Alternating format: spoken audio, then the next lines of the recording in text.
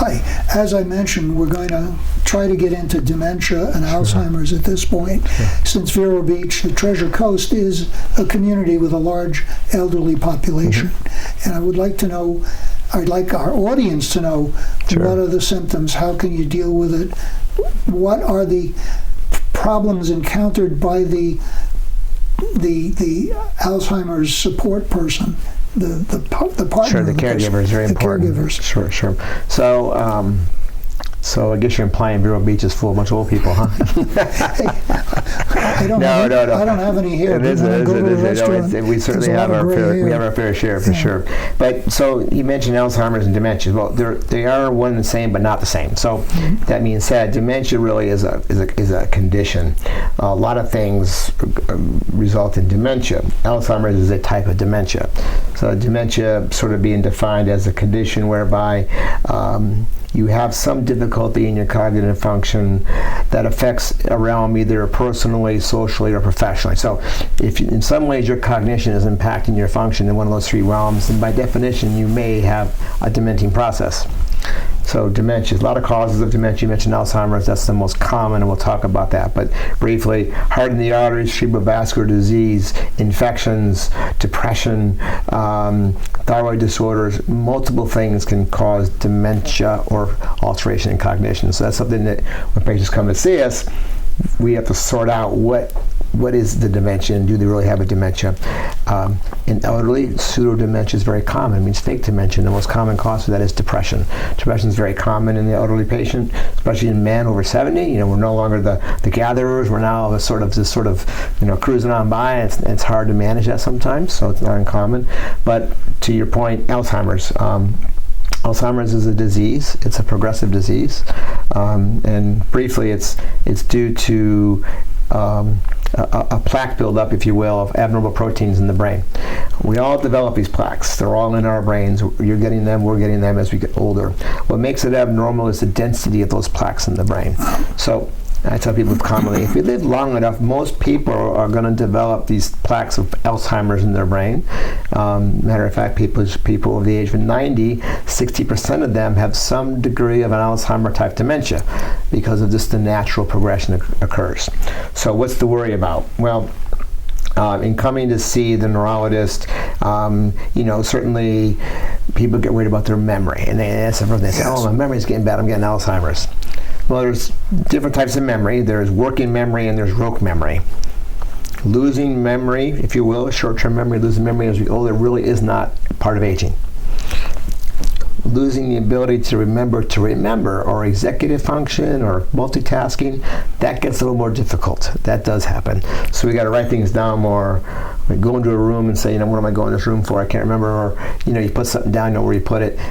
Commonly, that is more likely due to just your frontal lobes are not engaged, and you kind of get all distracted very quickly. That does happen with age. It's called executive function.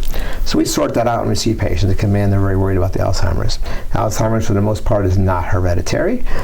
Some of the early types of dementias and the people get in the 40s and 50s in families, that can be seen. We have early onset dementia of Alzheimer's. I've got patients that are in their 40s and 50s with Alzheimer's. Wow. It's uncommon, but it occurs. Late onset Alzheimer's in 70s and 80s, yes, it's Alzheimer's, but it's difficult because it's 70s or 80s because sometimes people are pretty healthy, and you have caregivers. You mentioned the caregiver is very, very important. And in many cases, it's the caregiver that's really having a difficult time. The person with Alzheimer's, they're like, I'm fine. Everybody thinks I've lost my mind and I'm great. And then the wife or the husband's going, like this. So it's hard on spouses. It's hard on caregivers because they have a lot to manage, and that's a whole science in itself how we manage that. But we help family understand things like that too. I was going to ask, as long as we're talking about caregivers, I think I've heard where there are caregiver support groups to help people deal with loved ones that have Alzheimer's. There are. The Alzheimer Parkinson's Support Group in Vero Beach is a wonderful organization. They're very organized. They're have a very big depth of resources. There are agencies and there are actually individuals in the area that are actually keyed on doing one thing, helping the spouse and helping the caregiver say, this is how you approach things. Because sometimes, how do I get help in the house? How do I get some reprieve during the week to go out and get my hair done or get something done because you can't leave the person alone. Then there comes a time where it's difficult, but when you decide that you can't do it anymore at home, and you have to place the person into skilled care or some way that's safe for them. So we have those resources. Again, the Senior Resource Association, Alzheimer's Parkinson's Support Group, Home Instead. We've got other personal resources that we use for people to help with this all the time. So it's a big piece of it.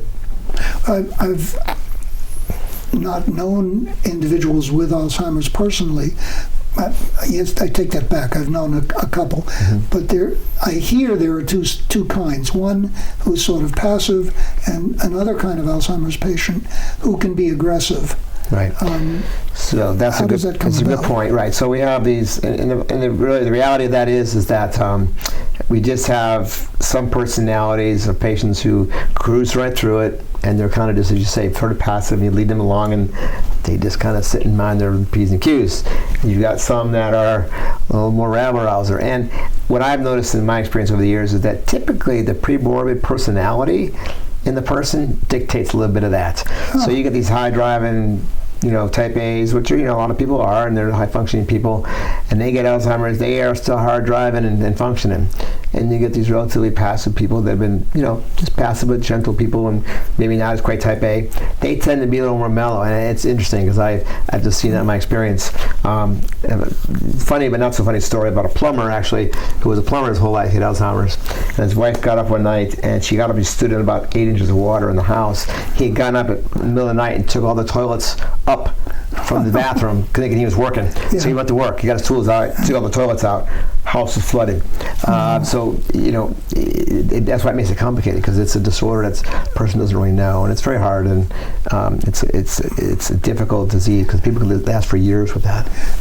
Is there any progress towards at least dealing with the symptoms? We've had several drugs getting close to market in the last 10 years, and we've ended up with complications due to side effects of the medications, vaccines, certain medicines that target the proteins, but we're still left with these the Aricept, the acetylcholine receptor drugs that we use now that have been around for over 20 years, and we're not there. It's a very difficult disorder to treat, especially early on. You want to try to get this early. How can we mitigate or minimize progression over time is the big key. Okay.